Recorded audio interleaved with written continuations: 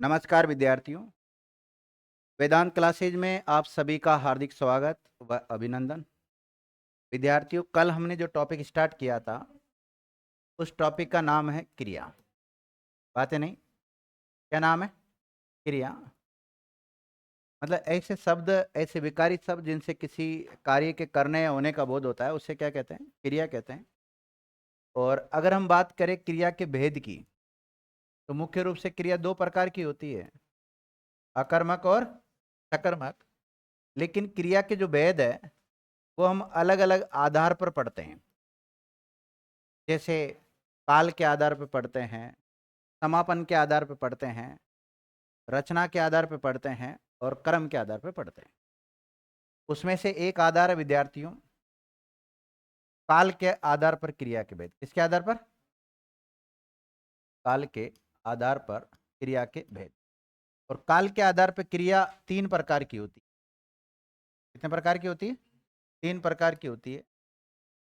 और ये तीन प्रकार देखो कौन कौन से होते हैं।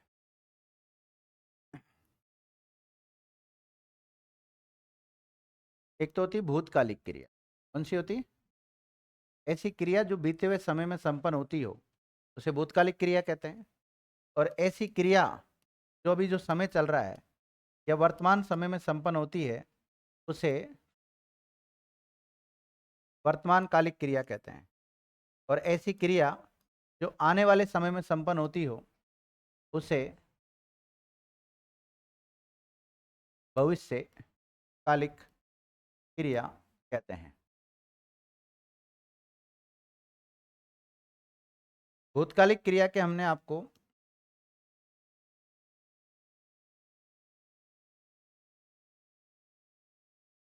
कितने भेद बताए थे? छह बताए थे विद्यार्थी। कौन कौन से?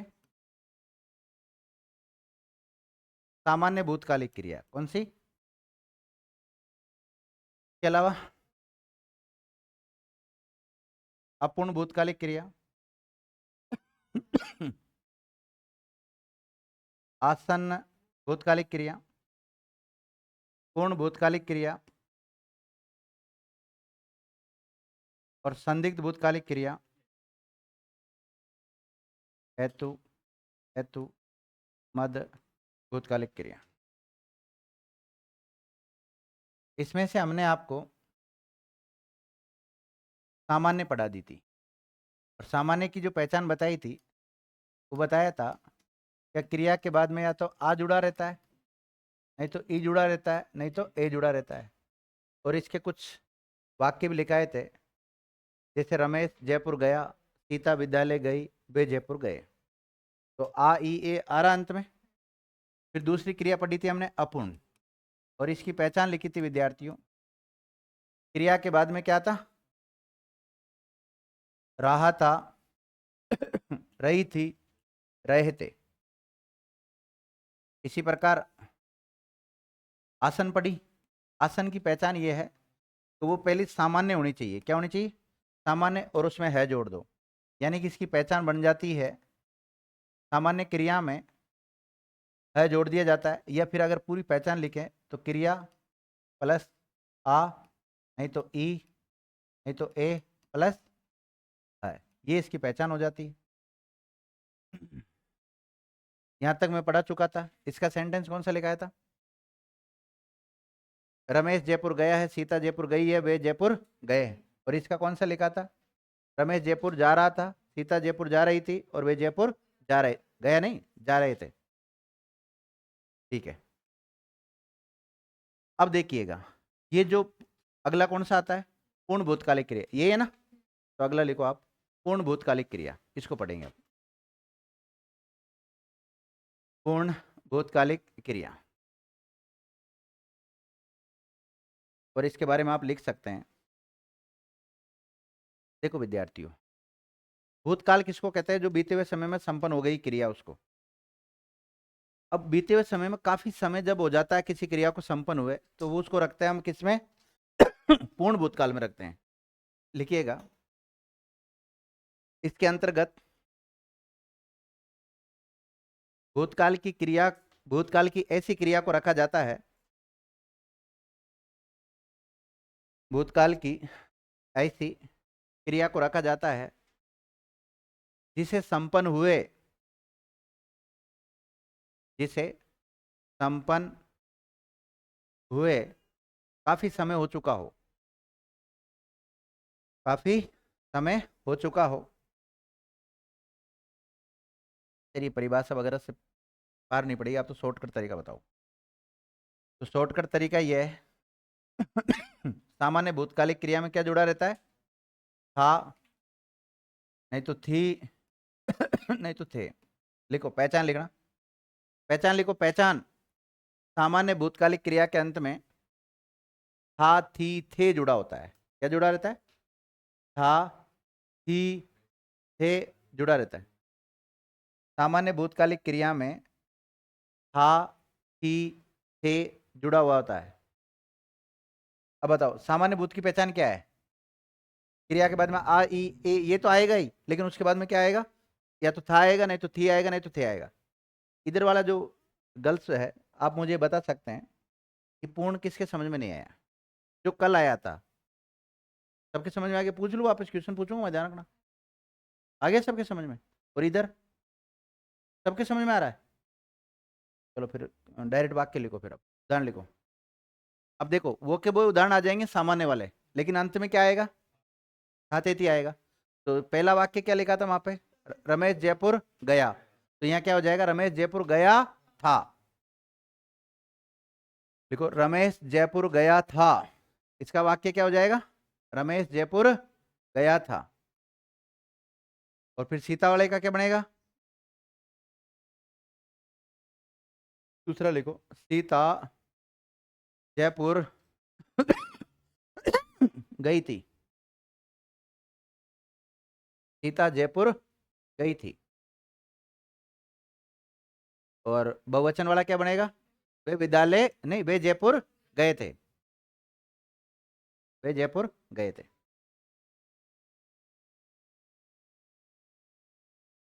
अगला इसका जो भूतकालिक क्रिया का अगला भेद है, कौन सा नंबर है? पांचवा।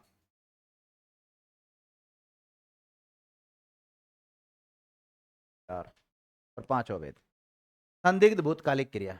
अगला भेद लिखो आप, संदिग्ध भूतकालिक क्रिया। कौन सी विद्यार्थियों? संदिग्ध भूतकालिक क्रिया। अब देखो थोड़ा सा इस शब्द से भी पता लग सकता है आपको, तो मतलब आपको डाउट है, संदेह है कि बीते हुए समय में वो क्रिया संपन्न हुई या नहीं हुई, उस पर डाउट रहता है। तो उसको क्या बोलते हैं? संदिग्ध बोलते हैं। मतलब क्रिया तो संपन्न हो चुकी है, लेकिन उस पर फिर भी डाउट बना रहता है, संदेह बना रहता है, इसलिए उसको क्या कहते हैं? संदिग्ध कहते हैं। और इसकी पहचान बताता हूं मैं आपको। सामान्य भूतकालिक क्रिया होनी चाहिए पहली तो। क्या होनी चाहिए? सामान्य भूतकालिक क्रिया होनी चाहिए। सामान्य भूतकालिक का मतलब क्रिया के अंत में आ, ई, ए आना चाहिए, और उसके बाद में होगा, होगा, होगी, होंगे जुड़ा रहता है। तो पहचान लिख लो इसकी। सामान्य भूतकालिक क्रिया के अंत में होगा, ऑब्लिक होगी, ऑब्लिक होंगे जुड़ा हुआ होता है, जुड़ा हुआ होता है।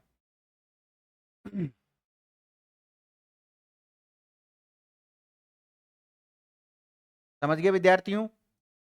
ओके, अब देखिएगा।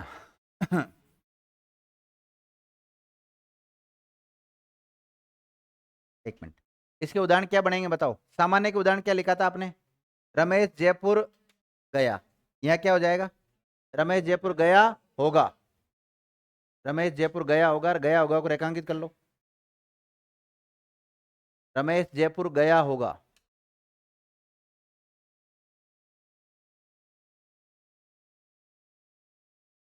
अगला वाक्य क्या बनेगा? सीता जयपुर गई होगी।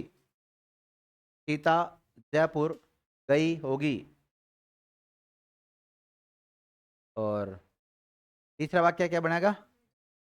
वे जयपुर गए होंगे।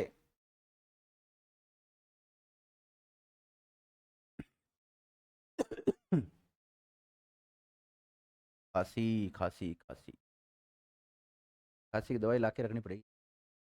जैसे ही खांसी आवे ले लो, एक पेक ले लो ना।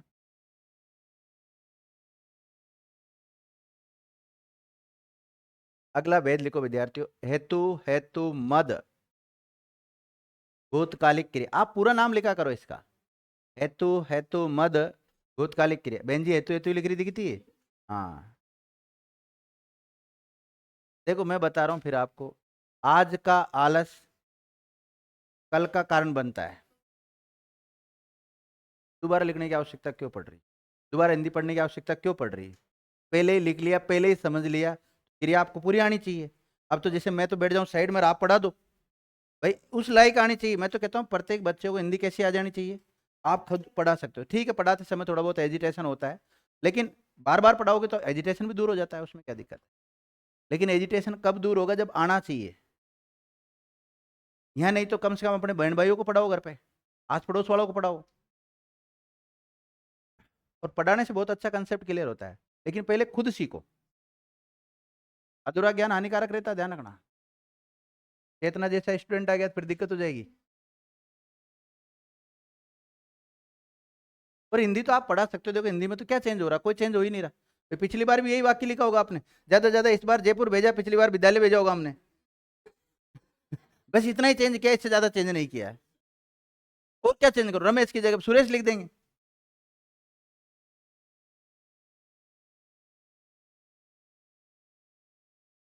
माता खाने वाले ऐसा नहीं, ट्यूशन करते हैं, क्रॉस ट्यूशन हेतु हेतु मत। तो देखो जो हेतु शब्द है ना, इसका मतलब होता है कारण। क्या होता है? तो दो बार हेतु आ रहा है, तो इसका अर्थ क्या निकलेगा? कारण कारण। लिखो, हेतु शब्द का शाब्दिक अर्थ कारण होता है। हेतु शब्द का शाब्दिक अर्थ कारण होता है।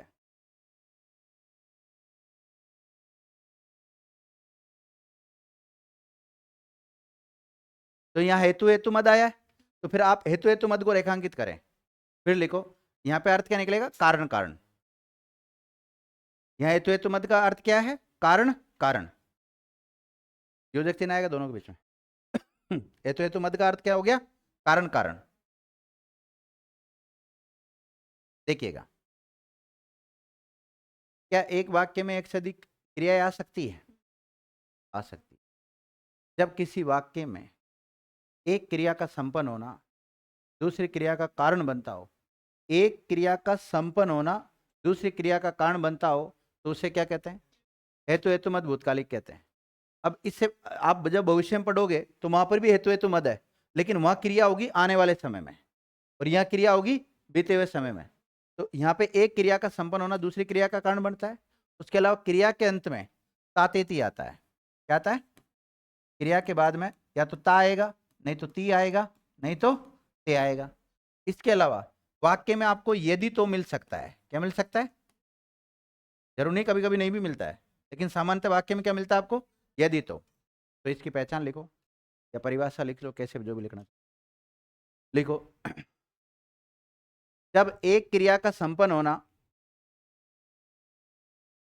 जब एक क्रिया का संपन्न होना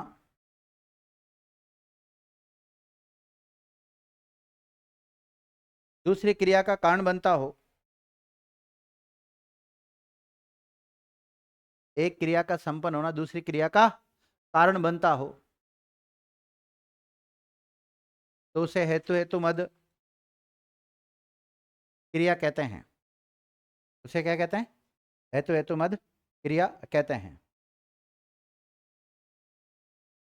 तो एक क्रिया का संपन्न मतलब कहने का मतलब, इस वाक्य में दो क्रिया आएगी और दो क्रिया होगी, तो एक क्रिया जब संपन्न होगी तो दूसरी का क्या बनेगी? वो कारण बनेगी। लिखो, वाक्य में यदि तो, यदि तो, यदि तो अव्यय शब्द, ध्यान रखना। यदि तो ब्रैकेट में अव्यय लिख लेना। पद प्रयुक्त होते हैं, अव्यय पद प्रयुक्त होते हैं। और ये क्रिया भूतकाल में तो होनी चाहिए, ये तो लिखने की आवश्यकता ही नहीं। और लिखो क्रिया के अंत में ता, ती, ते जुड़ा हुआ होता है। क्रिया के अंत में क्या जुड़ा रहता है? ता, ती, ते जुड़ा हुआ होता है। क्रिया के अंत में ता, ती, ते जुड़ा हुआ होता है।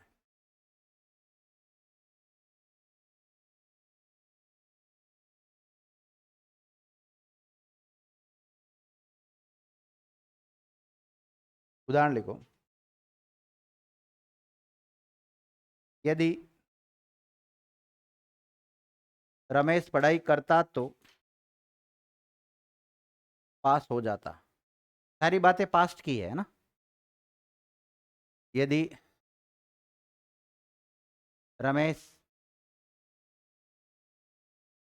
पढ़ाई करता तो, अब यहाँ कर्ता को रेखांकित करना। पढ़ाई करता तो पास हो जाता, जाता को रेखांकित करना। दो क्रिया आ रही ना।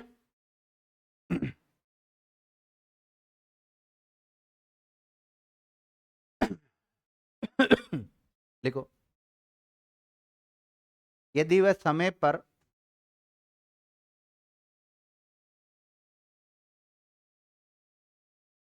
रेलवे स्टेशन जाता तो उसे ट्रेन मिल जाती। यदि वह समय पर रेलवे स्टेशन जाता तो उसे ट्रेन मिल जाती। जाता और जाती है ना। समय पे जाता, ये जाता को रेखांकित कर लो, और मिल जाती को रेखांकित कर लो। जाती जाती है ना। रश्मि पहला वाक्य कौन सा लिखा आपने? यदि रमेश पढ़ाई करता तो पास हो जाता, ये लिखा है। कुल मिला के फेल हो गया ना। क्रिया बीते हुए समय में संपन्न हुई है, पास्ट में संपन्न हुई है, भूतकाल में संपन्न हुई है, तो भूतकाल में जाएगा। अब देखो, एक तो कर्ता क्रिया है, ये क्या है, और एक जाता क्रिया। तो इस क्रिया का संपन्न होना इसका कारण बन रहा है। बन रहा है कि नहीं करता? यदि वह पढ़ाई करता तो पास हो जाता। देखो, अब यदि तो क्या है, ये तो अव्यय पद है। ये तो क्या है? अव्यय पद है। केवल ये तो पहचान के लिए हमने लिखा है इसको। ओके,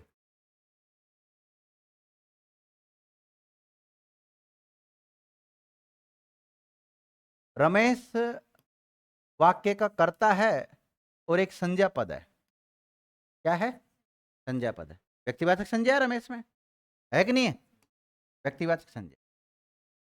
रश्मि बेन जी, अब बता, पढ़ाई क्या है? पढ़ाई क्या है? संज्ञा है, सर्वनाम है, विशेषण है, क्रिया है, अव्यय है। बताओ, 5 विकल्प आपके सामने हैं। पांचों ही नहीं है, बाकी तीनों आप भी बता सकते हैं। तीनों आप भी बता सकते हैं। तीनों आप भी बता सकते हैं। तीनों आप भी बता सकते हैं। दोनों आप बता सकते हैं। तू भी बता सकता है? मैंने विकल्प में कर्म कहाँ बोला? संज्ञा, सर्वनाम, विशेषण, क्रिया और अव्यय, 5 विकल्प है। बता भाई, बता बता बता। Very good. हाँ, यहाँ पढ़ाई क्या है? संज्ञा है, और वो भी कौन सी? भाववाचक संज्ञा। जबरदस्ती कर्म बता रहे हो। कर्म वो सही है, इसका कहना भी, लेकिन यह संज्ञा पद है। कैसा पद है ये? संज्ञा पद। देखो, पढ़ना क्रिया होता है। पढ़ना क्या होता है? क्रिया होता है। और पढ़ना में यदि आई पढ़ते जोड़ते हैं, क्या बनता है? पढ़ाई। तो पढ़ाई भाववाचक संज्ञा है कि नहीं है? और पढ़ना क्या है? क्रिया। और क्रिया से भाववाचक संज्ञा बनाते कि नहीं बनाते हम? और संज्ञा टॉपिक पढ़ाया कि नहीं पढ़ाया? बहुत मामला खराब है भाई तुम्हारा, पढ़ते हो घर पे। तो ये कौन सी क्रिया होगी आपकी? भूतकालिक क्रिया मेरी तरफ से कंप्लीट हो गई, ध्यान रखो, हो गई ना। अब कौन सी पढ़ेंगे हम? वर्तमान कालिक क्रिया, लिखो।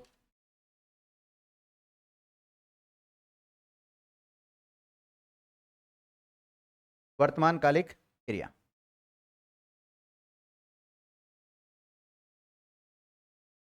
वर्तमान कालिक क्रिया। देखो कल मैंने चार्ट बनवाया था आपको, और वर्तमान कालिक क्रिया के उपभेद कौन से बताए थे, बताओ। देखो इसके उपभेद कौन कौन से होते हैं, मैं लिख दे रहा हूं। एक तो सामान्य वर्तमान कालिक क्रिया, और एक अपूर्ण बताया था आपको,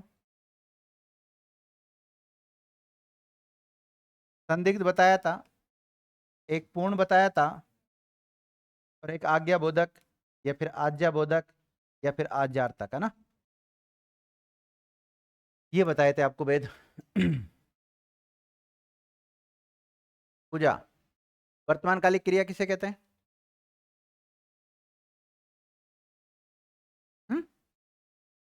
ऐसी क्रिया जो वर्तमान समय में संपन्न होती है उसको क्या बोलते हैं? वर्तमान कालिक क्रिया कहते हैं, ध्यान रखना। और ये परिभाषा मैंने कल आपको लिखाई दी थी। आज डायरेक्ट हम लिखेंगे वर्तमान कालिक क्रिया के उपभेद, लिखिएगा वर्तमान कालिक क्रिया के उपभेद। और जो नहीं आए थे वो सुन लें, वर्तमान कालिक क्रिया किसे कहते हैं? जो वर्तमान में जो समय चल रहा है, या वर्तमान समय में जो क्रिया संपन्न होती है उसको वर्तमान कालिक क्रिया कहते हैं। आज उसके हम उपभेद पढ़ने की तरफ जा रहे हैं। और वो कौन कौन से होते हैं? सामान्य वर्तमान कालिक क्रिया, अपूर्ण वर्तमान कालिक क्रिया, संदिग्ध वर्तमान कालिक क्रिया, और पूर्ण वर्तमान कालिक क्रिया, और आज्ञा बोधक वर्तमान कालिक क्रिया। पहला लिखो आप,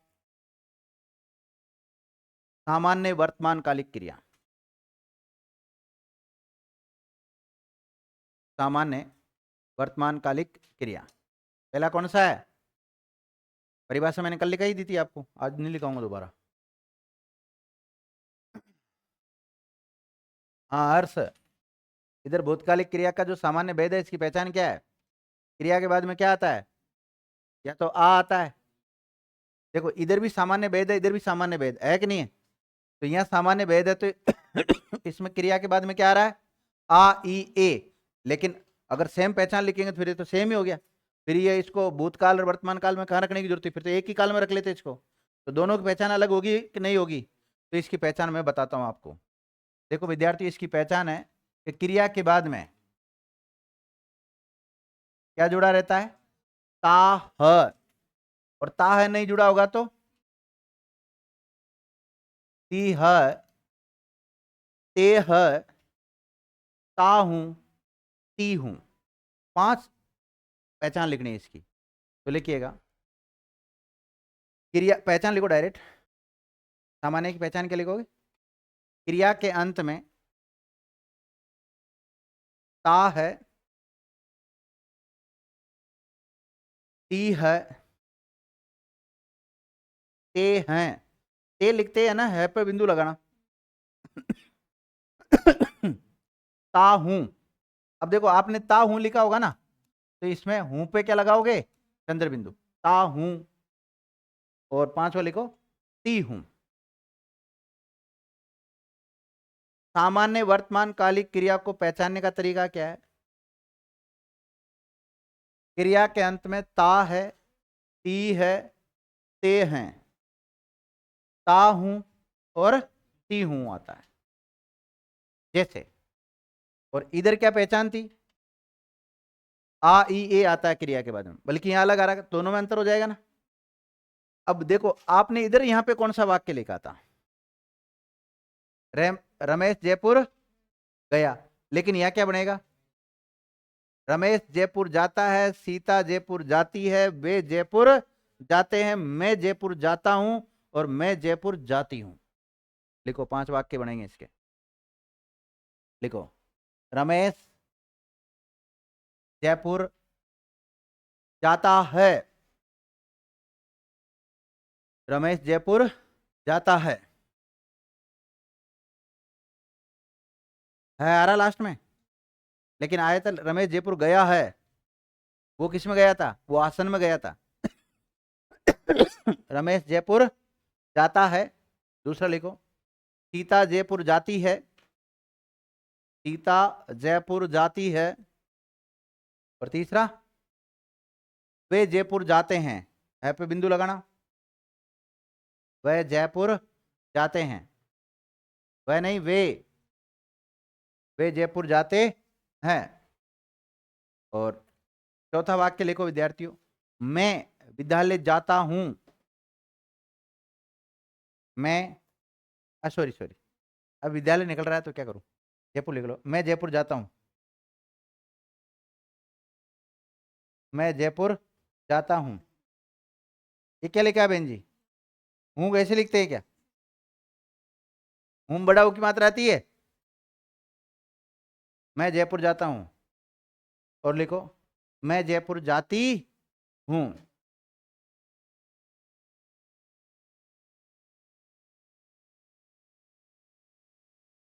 लिख लिया।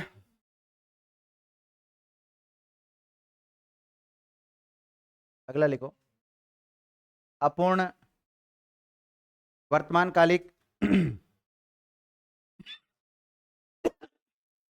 क्या मामला है, अपूर्ण वर्तमान कालिक क्रिया, अपूर्ण वर्तमान कालिक क्रिया।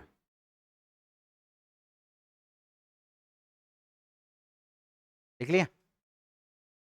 देखो विद्यार्थियों, मतलब कोई कार्य वर्तमान में तो संपन्न हो रहा है, लेकिन कब पूरा हो रहा है ये पता नहीं चल रहा है।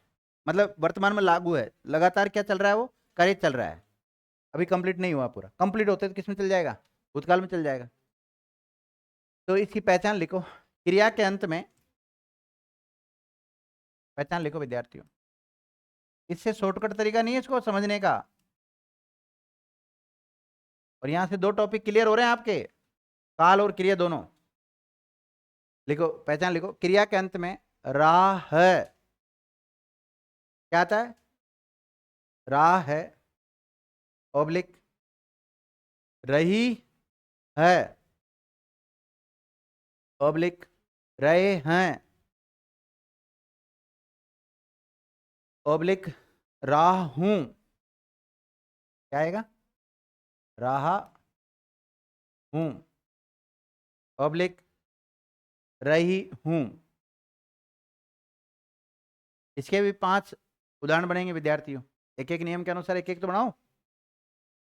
वही लो उसको, रमेश को ही, रमेश जयपुर जा रहा है, रमेश जयपुर जा रहा है, जा रहा को रेखांकित कर लेना। दूसरा, सीता जयपुर जा रही है, सीता जयपुर जा रही है। लिख लिया। लिखो तीसरा वाक्य, वे जयपुर जा रहे हैं, वे जयपुर जा रहे हैं। लिख लिया। अब लिखना, मैं जयपुर जा रहा हूं, मैं जयपुर जा रहा हूं।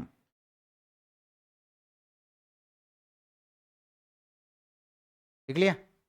और 5वां लिखो, मैं जयपुर जा रही हूं।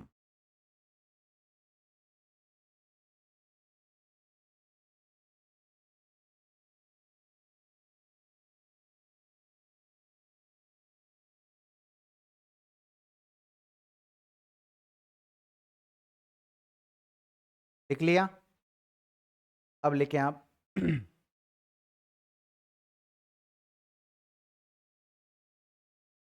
संदिग्ध वर्तमान कालिक क्रिया। अगला भेद कौन सा है, संदिग्ध वर्तमान कालिक क्रिया, संदिग्ध वर्तमान कालिक क्रिया।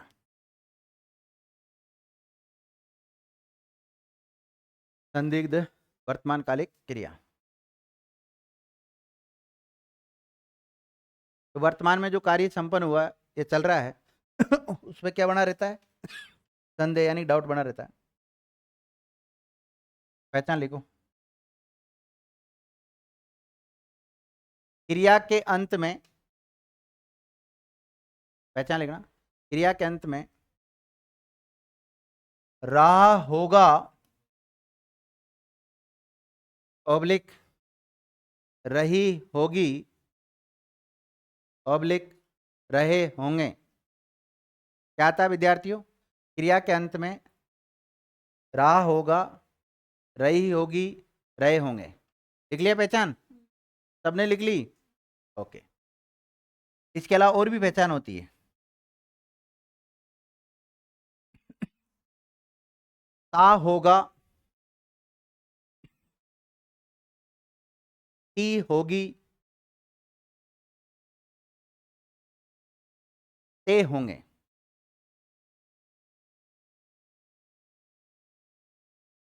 अब लाओ रमेश को पकड़ के वापस।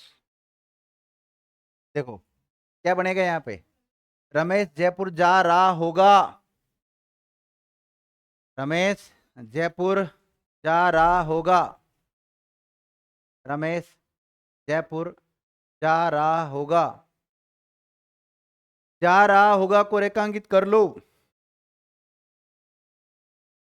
दूसरा लिखो, सीता जयपुर जा रही होगी। सीता जयपुर जा रही होगी।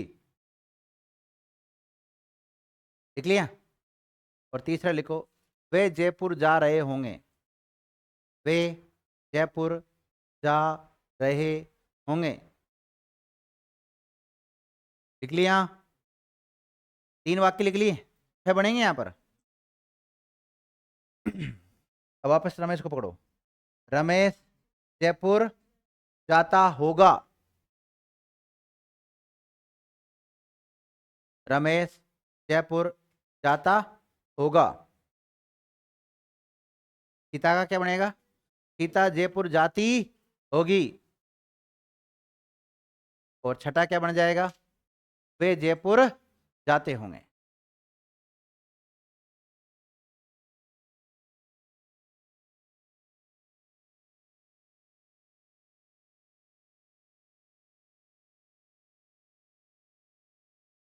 लिखो, पूर्ण वर्तमान कालिक क्रिया कौन सी? अगला भेद कौन सा है? पूर्ण वर्तमान कालिक क्रिया।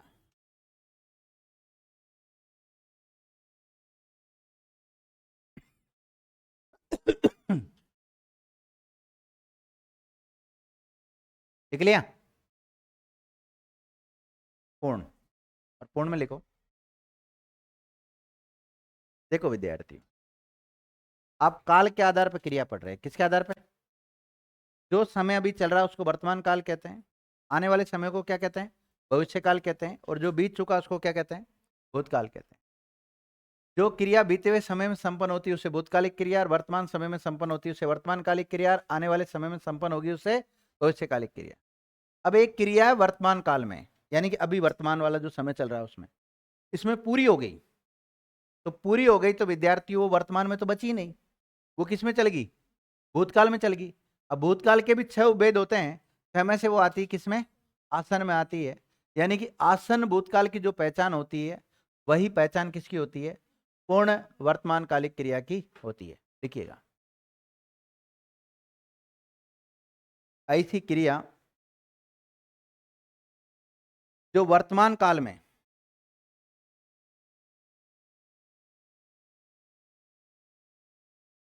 जो वर्तमान काल में पूर्ण हो गई हो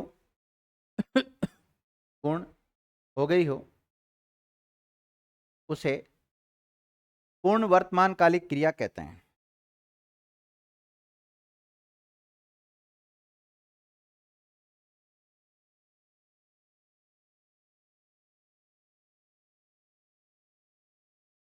लिखो, इसके अंतर्गत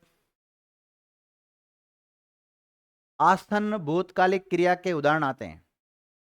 इसके अंतर्गत आसन्न इसके अंतर्गत आसन्न भूतकालिक क्रिया के उदाहरण आते हैं। किसके आते हैं विद्यार्थियों? आसन्न भूतकालिक क्रिया के उदाहरण आते हैं। पहचान लिखो इसकी। पहचान लिखो, क्रिया प्लस आ ऑब्लिक ई ऑब्लिक ए प्लस है। क्या पहचान होती है इसकी? क्रिया के बाद में क्या जुड़ा रहता है? आ ई ए, और बाद में क्या आता है। अब आसन भूतकाल के जो भी उदाहरण लिखे ना, उन उदाहरण को इधर वापस लिख दो। आपने लिखा था रमेश जयपुर गया है, दूसरा वाक्य लिखो सीता जयपुर गई है, और तीसरा वे जयपुर गए हैं। कुछ नहीं, वहां से कॉपी करनी है, आप कॉपी करके यहाँ पेस्ट कर दो, कट मत करना वहां से। हाँ? क्या करोगे? कॉपी करोगे कट करोगे? भाई वो एज इट इज वहां से उठा कर यहाँ लिखना है, तो क्या करोगे, कॉपी या कट? कॉपी पेस्ट करेंगे, कट पेस्ट नहीं करेंगे। कट पेस्ट करेंगे तो यहाँ से हट जाएगा वो।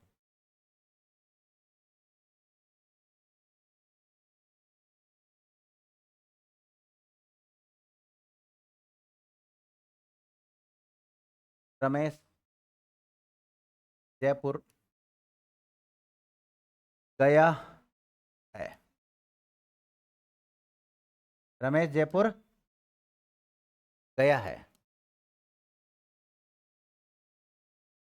उक्त वाक्य में कौन सी क्रिया है?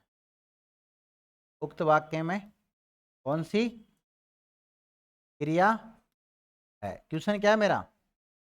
रमेश जयपुर गया है, उक्त वाक्य में कौन सी क्रिया है? चलो फिर भी आपकी मदद करने के लिए मैं क्रिया को रेखांकित कर देता हूं। गया है यहाँ पर क्या है? क्रिया है। फिर देखो विकल्प कैसे बनते हैं।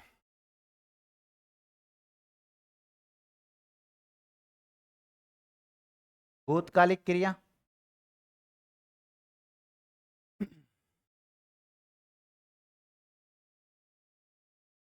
वर्तमानकालिक क्रिया,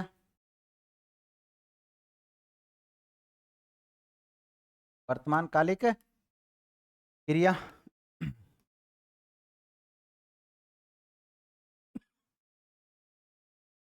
भविष्य कालिक क्रिया,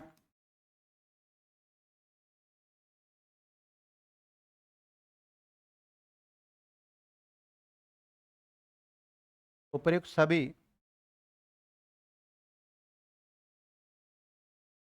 none of the above, NOTA. Question same, विकल्प चेंज। कौन सी क्रिया है?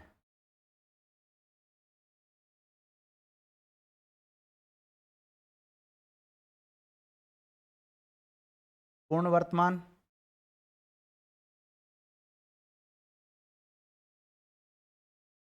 अपूर्ण वर्तमान, अपूर्ण वर्तमान, संदिग्ध वर्तमान, मान लेना ना, संदिग्ध वर्तमान कालिक क्रिया। और डी ऑप्शन है विद्यार्थियों सामान्य वर्तमान। लिखते रहो क्वेश्चन बात बात।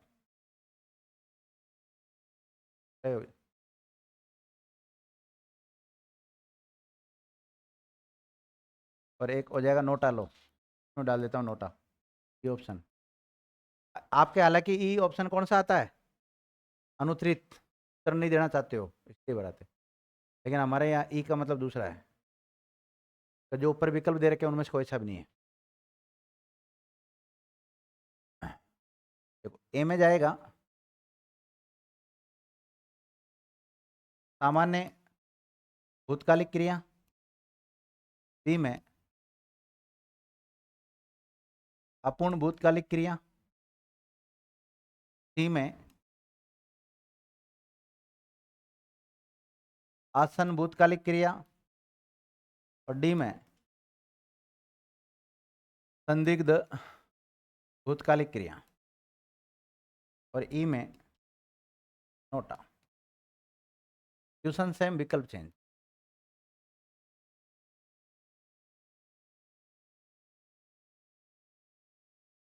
सामान्य भूत,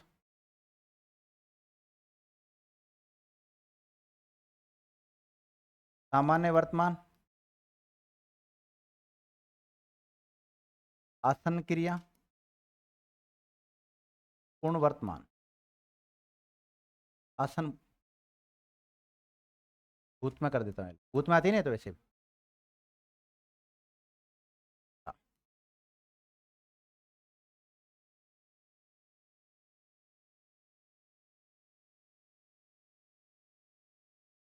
करवल। अगर इसको आपने हल कर दिया ना, ये समझूंगा ये आसनकार भूतकार वर्तमानकार जो कंसेप्ट है ना ये क्लियर हो जाएगा आपका। और जिसका हल नहीं हुआ मतलब वो उलझा हुआ अभी भी। और बहुत ही सरल क्वेश्चन है, इसमें कोई ज़्यादा मैंने घुमाया नहीं, केवल क्वेश्चन बनाए मैंने 4-5, कितने बना दिए, 2 और 4 क्वेश्चन बना दिए मैंने, और भी बन सकते हैं कई प्रकार से।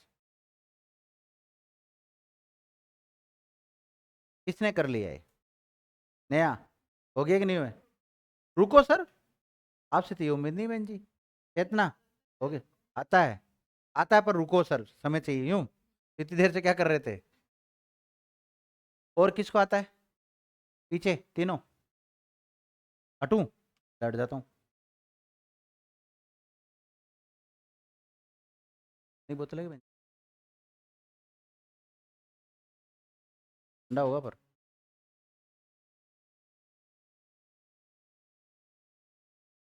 वाह,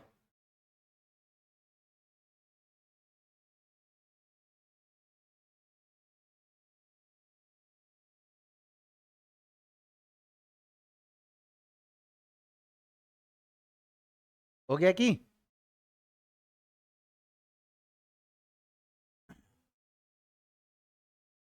रमेश जयपुर गया है, रमेश जयपुर गया है। तो ये उदाहरण आपने 2 जगह लिखा है, एक तो पूर्ण वर्तमान में लिखा है और एक आसन भूतकाल में लिखा है। तो विद्यार्थियों यहाँ तो चल जाएगा कौन सा, पूर्ण वर्तमान, और यहाँ पे चल जाएगा आसन भूत।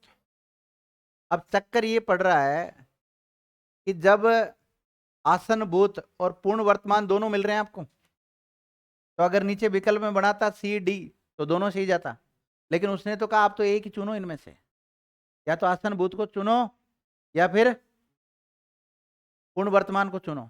अब कुछ तो कहेंगे सर पूर्ण वर्तमान में जाएगा और कुछ कहेंगे किसमें, आसन भूत। और जिसने इसको हल कर लिया उसका ये भी हल हो जाएगा, और जिसने इसको हल कर लिया उसका वो भी हल हो जाएगा। अब देखो, जब आसन भूत और पूर्ण वर्तमान के उदाहरण एक दूसरे में जा सकते हैं, लेकिन जब दोनों ही विकल्प में हो तो ऐसी स्थिति में क्रिया बताओ कौन से काल की? अब फिर भूतकाल में जाएगा, किसमें जाएगा? क्योंकि वर्तमान में तो कार्य क्या हो गया, पूरा कंप्लीट हो गया, भूत में चला गया ना, तो फिर वो जाएगा आसन भूत में। इसका आंसर क्या जाएगा? आसन भूत जाएगा। और यहाँ पे अपना आप ही चल जाएगा कौन सा? अब बताओ, भूत जाएगा वर्तमान जाएगा? कालिक चल जाएगा। ऐसे लिखना था।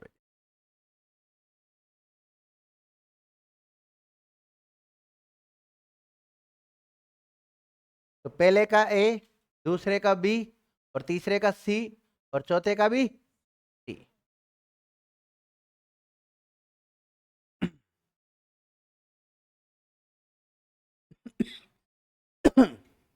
लिखो, एक नोट डाल लो विद्यार्थियों।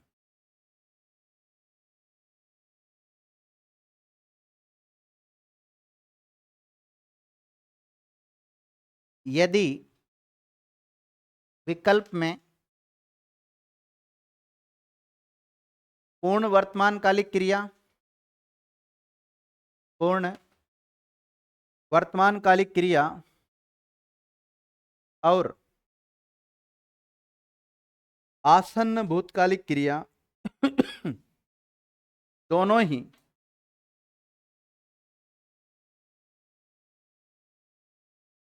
यदि विकल्प में पूर्ण वर्तमान कालिक क्रिया और आसन भूतकालिक क्रिया दोनों ही हो तो प्रथम वरीयता आसन्न भूतकालिक को देंगे। किसको देंगे?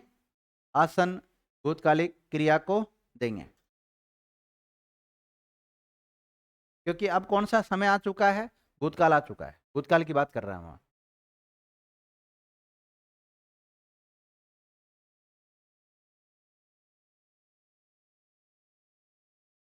लिख लिया? आगे यहां तक समझ में आगे बढ़ू क्या?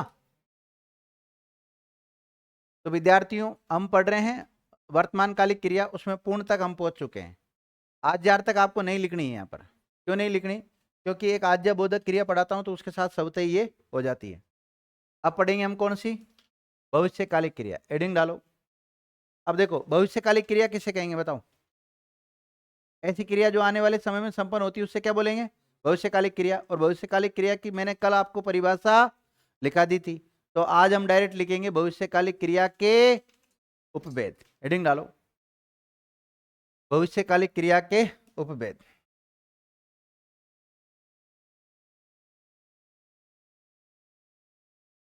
भविष्यकालिक क्रिया के उपभेद। भविष्यकालिक क्रिया के उपभेद। अब देखो भविष्यकालिक क्रिया के उपभेद कौन कौन से होते हैं? एक तो होता है सामान्य भविष्यकालिक क्रिया, एक होता है विद्यार्थी अपूर्ण। क्या होता है?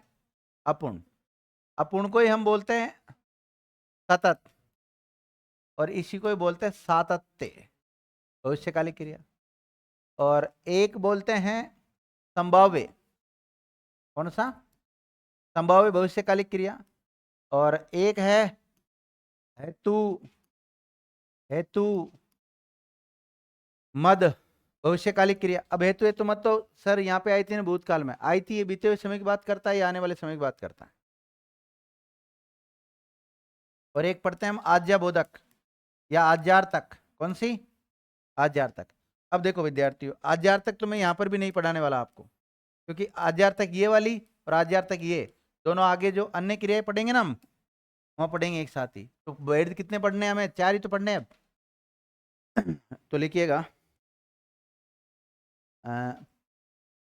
भविष्यकालिक क्रिया के उपभेद। पहला लिखो, पहला सामान्य भविष्यकालिक क्रिया। सामान्य भविष्यकालिक क्रिया। देखिएगा यहां जब आपने भूतकाल में सामान्य लिखी कि नहीं लिखी, तो वहां थी क्रिया के बाद में आ ई ए। और जब आपने वर्तमान में सामान्य लिखी है तो उसकी पहचान क्या है? ता है, ती है, ते है। ता हूं, ती हूं। लेकिन यहां पर जो आप सामान्य लिख रहे हैं इसका है विद्यार्थियों, क्रिया के अंत में क्या आएगा? गा गी गे। लिखिएगा पहचान, क्रिया के अंत में गा गी गे जुड़ा हुआ होता है।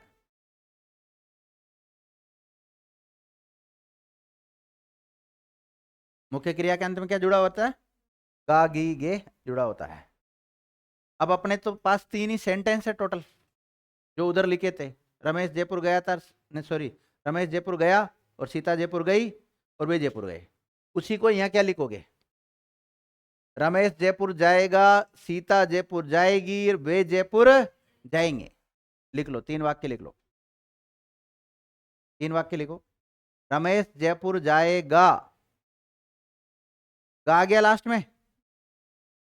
सीता जयपुर जाएगी, सीता जयपुर जाएगी।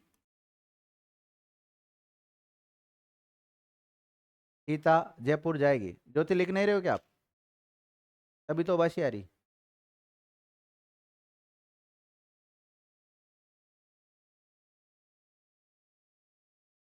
लिख लिया?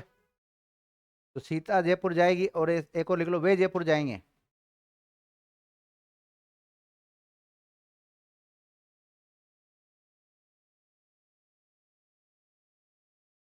अगला भेद लिखो, अपूर्ण भविष्यकालिक क्रिया। कौन सी? अपूर्ण भविष्यकालिक क्रिया। अपूर्ण भविष्यकालिक क्रिया। और अपूर्ण के ब्रैकेट में लिख सकते हैं आप सतत या सातत्य। सतत भविष्यकालिक भी कहते हैं इसको, सातत्य भविष्यकालिक भी कहते हैं, लेकिन फेमस नाम क्या है? अपूर्ण।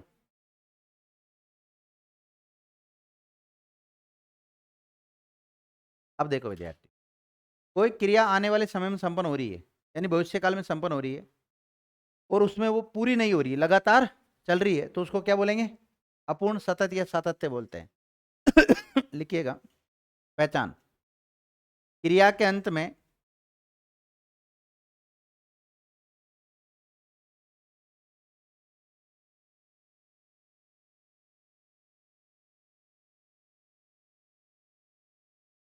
ता रहेगा। क्रिया के अंत में क्या जुड़ा रहता है? ता रहेगा, ओब्लिक ती रहेगी, ओब्लिक ते रहेंगे, ओब्लिक ता रहूंगा, मैं खुद भी तो जाऊंगा, ता रहूंगा, और ती रहूंगी। 5 पहचान लिख लें आप इसकी, लिख लिया? अब देखो इधर सामान्य भूतकाल में आपने क्या उदाहरण लिखा था? सामान्य भूत में, हाँ तो वो कभी लिखो, तो यहाँ क्या बनेगा? रमेश जयपुर जाता रहेगा, रमेश जयपुर जाता रहेगा। दूसरा वाक्य क्या बनेगा? सीता जयपुर जाती रहेगी।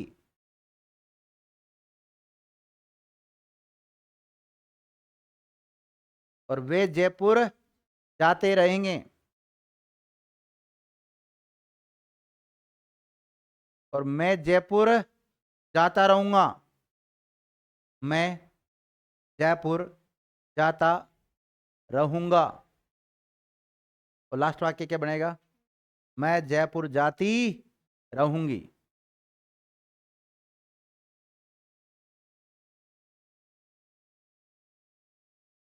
लिख लिया मैं? हाँ, अब लिखे विद्यार्थियों, संभाव्य भविष्यकालिक क्रिया।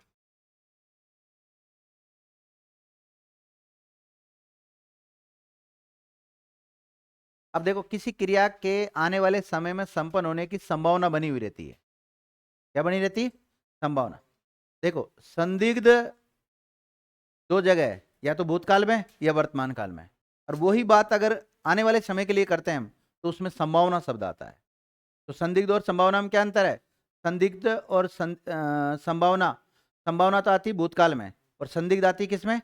वर्तमान में और भूतकाल में। तो आप तो वैसे लिख लो, परिभाषा लिखाऊं, शॉर्टकट में लिखाऊं? संभाव्य का मतलब क्या होता है? आने वाले समय में क्रिया के संभव या होने या न होने की संभावना बनी रहती है। लिखाऊं परिभाषा? हाँ ना, तो बोला करो। चलो पहचान लिखो, वाक्य में, पहचान लिखो, वाक्य में शायद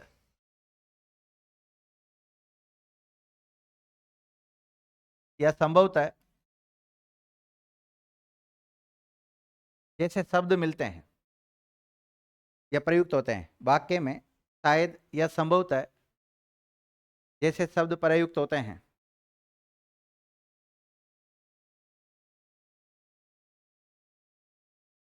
शायद, संभवतः, कदाचित, कदाचित भी आता है।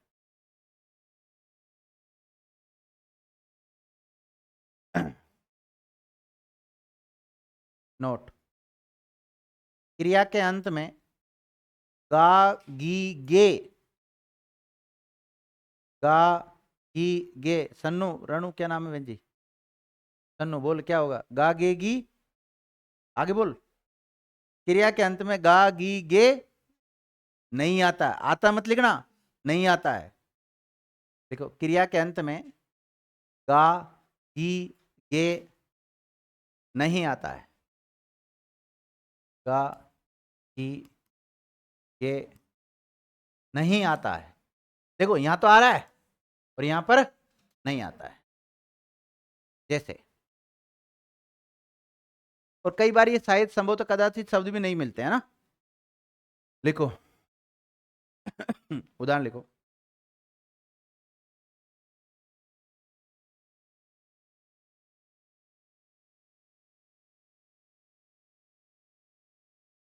शायद आज वर्षा हो कि या हो, होगी नहीं लिखना, हो। शायद आज वर्षा हो। हाँ, शायद आज वर्षा हो, आने वाले समय की बात कर रहे हैं, तो होना क्रिया है यहाँ पर। अगला लिखो। संभवतः कल पिताजी आएंगे या आए, आए।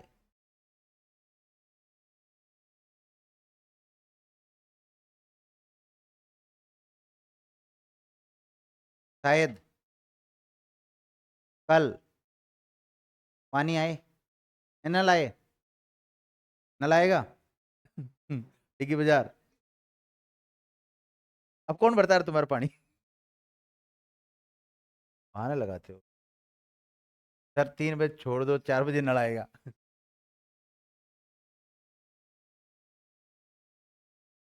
लिख लिया। अब लिखो विद्यार्थियों, हेतु हेतु मद भविष्यकालिक क्रिया। अब तो लिखाने की जरूरत नहीं है ना, हेतु हेतु का मतलब कारण कारण होता है, क्योंकि उधर लिखा दिया मैंने, हेतु हेतु का मतलब क्या होता है। अब देखो, उधर जो पहचान लिखी है ना आपने, वो की वही पहचान ही आएगी। कैसे देखिएगा, लिखना नहीं, मैं लिखाऊंगा। एक तो वाक्य में क्या मिलेगा आपको, यदि तो, और वहां क्रिया के अंत में क्या आ रहा था बोलो, यहाँ आएगा गा गी गे। और इसके अलावा एक क्रिया का संपन्न होना दूसरी क्रिया का क्या बनेगा, कारण बनेगा विद्यार्थी। बाकी सारी पहचान तो सेम है, केवल ये गा गी तो चेंज करना है। और लेकिन वहां भूतकाल में संपन्न हो रही है, आने वाले समय में संपन्न हो रही क्रिया। लिखो, पहचान लिखो। वाक्य में यदि तो का प्रयोग होता है, वाक्य में यदि तो, ये पहचान है केवल। क्रिया के अंत में गागेगी आता है, क्रिया के अंत में क्या आता है, गा गी गे।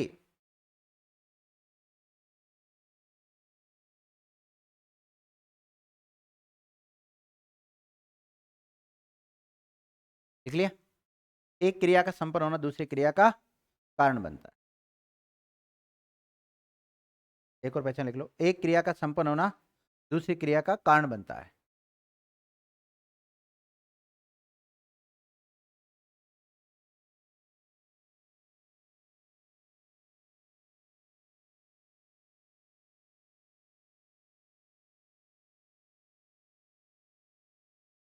यदि वर्षा अच्छी होगी तो फसल भी अच्छी होगी। यदि फसल, सॉरी, यदि वर्षा अच्छी होगी, यदि वर्षा अच्छी होगी तो फसल भी अच्छी होगी। होगी होगी को रेखांकित कर लो। तो एक तो वर्षा होने वाली क्रिया संपन्न हो रही है, और दूसरी फसल अच्छी होने वाली क्रिया संपन्न हो रही है। हो रही कि नहीं हो रही, दो। और दोनों क्रियाओं के अंत में क्या आ रहा है बताओ। और यही क्रिया अगर हम भूतकाल में लिखते हो हेतु हेतु मद में, तो क्या लिखते हैं, यदि वर्षा अच्छी होती तो फसल भी अच्छी होती। तुम्हारा ती आता, लिखिएगा यहां पर। वहां पर आपने और दूसरा कौन सा वाक्य लिखा था, उसी वाक्य को यहां दोहरा देते हैं। देखो, वहां लिखा था आपने, यदि रमेश पढ़ाई करता तो पास हो जाता। यहाँ क्या लिखोगे, हाँ, लिखो, यदि रमेश पढ़ेगा तो पास हो जाएगा। हो जाएगा या होगा, जो भी है ना, कुल मिला के गा आना चाहिए लास्ट में। यदि रमेश पढ़ेगा तो पास हो जाएगा, क्या होगा, गा गी क्या जाएगा। एक और कौन सा लिखा था उधर, हाँ देखो वहां पे लिखा है, यदि वह समय पे स्टेशन जाता तो उसे ट्रेन मिल जाती। यहाँ क्या होगा, यदि वह समय पर जाएगा तो उसे ट्रेन मिल जाएगी। तो जाएगा और जाएगी को रेखांकित कर लो।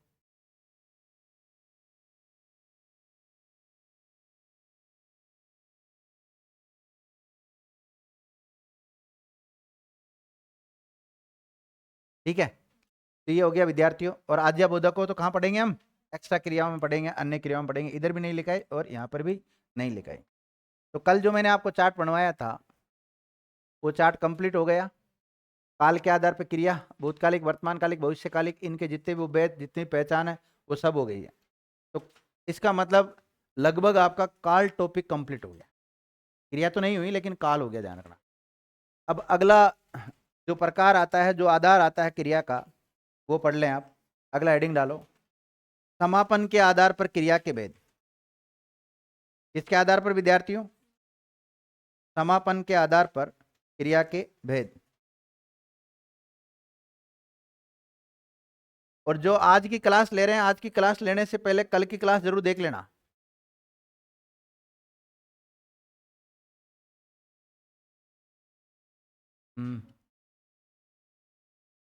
इसके आधार पर अभी काल के आधार पर पढ़ी है आपने। काल के आधार पर कितनी क्रिया होती है? काल के आधार पर 3। कौन कौन सी?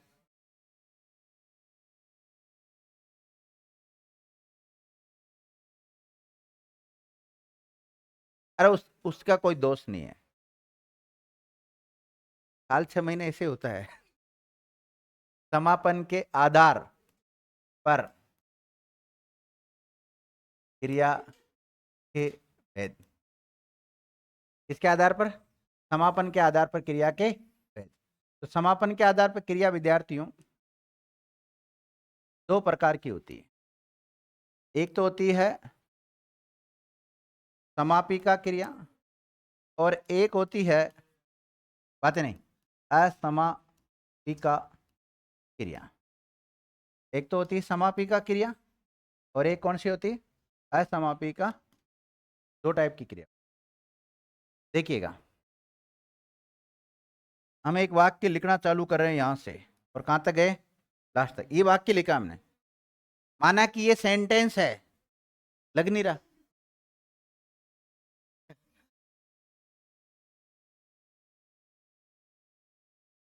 ये लो, दूरी तय कर रहा है, ये पूरी एक वाक्य है। यहां से यहां तक क्या है? वाक्य। ये वाक्य की शुरुआत है। ये क्या है? ये वाक्य का मध्य पार्ट है और ये वाक्य का अंतिम पार्ट।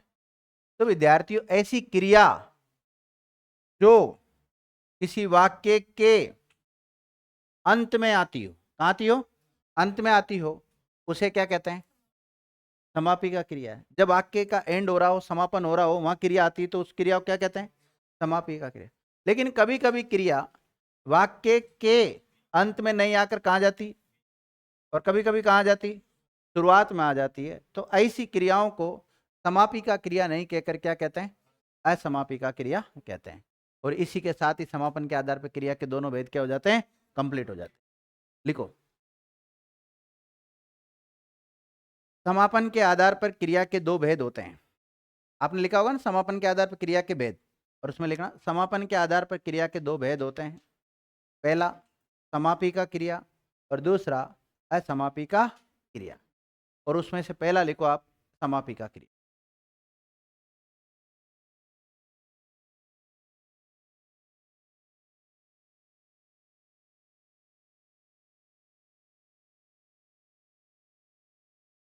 समापिका क्रिया में लिखना विद्यार्थियों, समापिका में लिखो,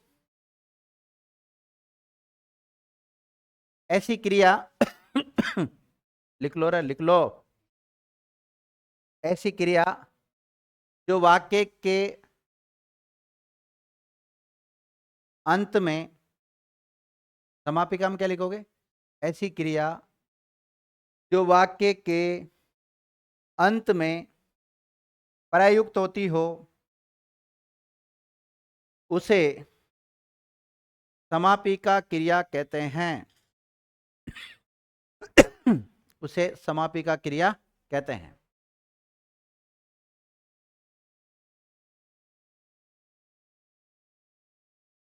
उसे समापिका क्रिया कहते हैं। जैसे, सुंदर पक्षी डाल पर बैठा है। सुंदर पक्षी डाल पर बैठा है। सुंदर पक्षी डाल पर बैठा है। बेटा है को रेखांकित कर लो। ये समापन के आधार पे बताओ कौन सी क्रिया, समापिका या समापिका? समापिका क्रिया। अब आ जाओ, असमापिका क्रिया लिखो, दूसरी क्रिया। दूसरी कौन सी है? असमापिका क्रिया।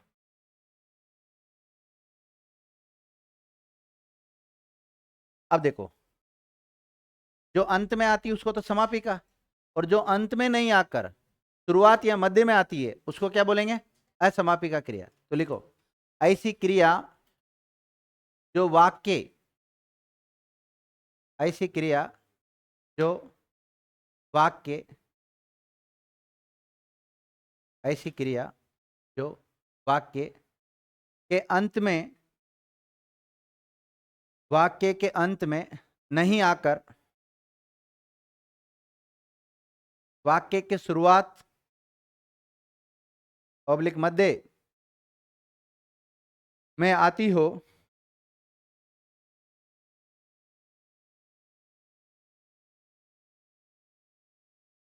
में आती हो, उसे असमापिका क्रिया कहते हैं।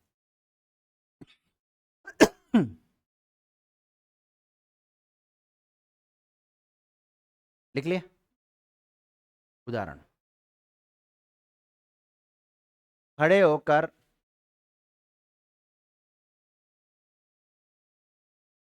बड़ों का सम्मान करना चाहिए। खड़े होकर बड़ों का सम्मान करना चाहिए।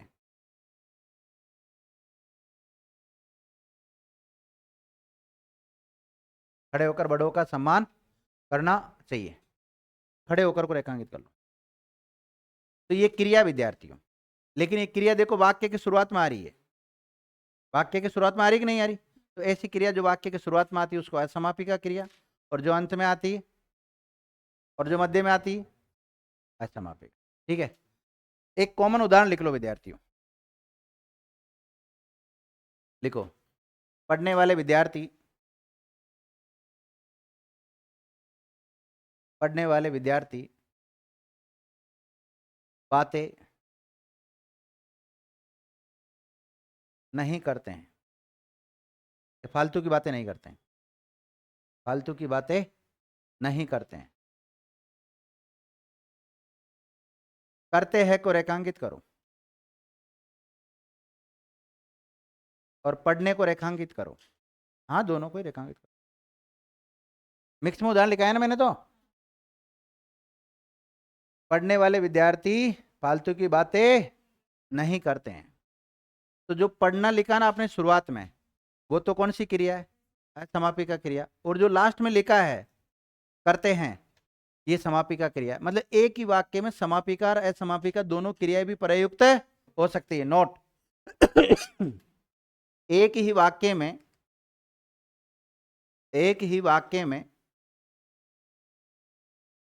समापिका ऑब्लिक असमापिका दोनों प्रकार की क्रियाएं, दोनों प्रकार की क्रियाएं प्रयुक्त हो सकती है। दोनों प्रकार की क्रियाएं प्रयुक्त हो सकती है। लिख लिया? तो इसी के साथ इस समापन के आधार पर क्रिया मेरी तरफ से क्या हो गई? कंप्लीट हो गई विद्यार्थी। ठीक है, तो आज की क्लास को यहीं विराम देते हैं। धन्यवाद।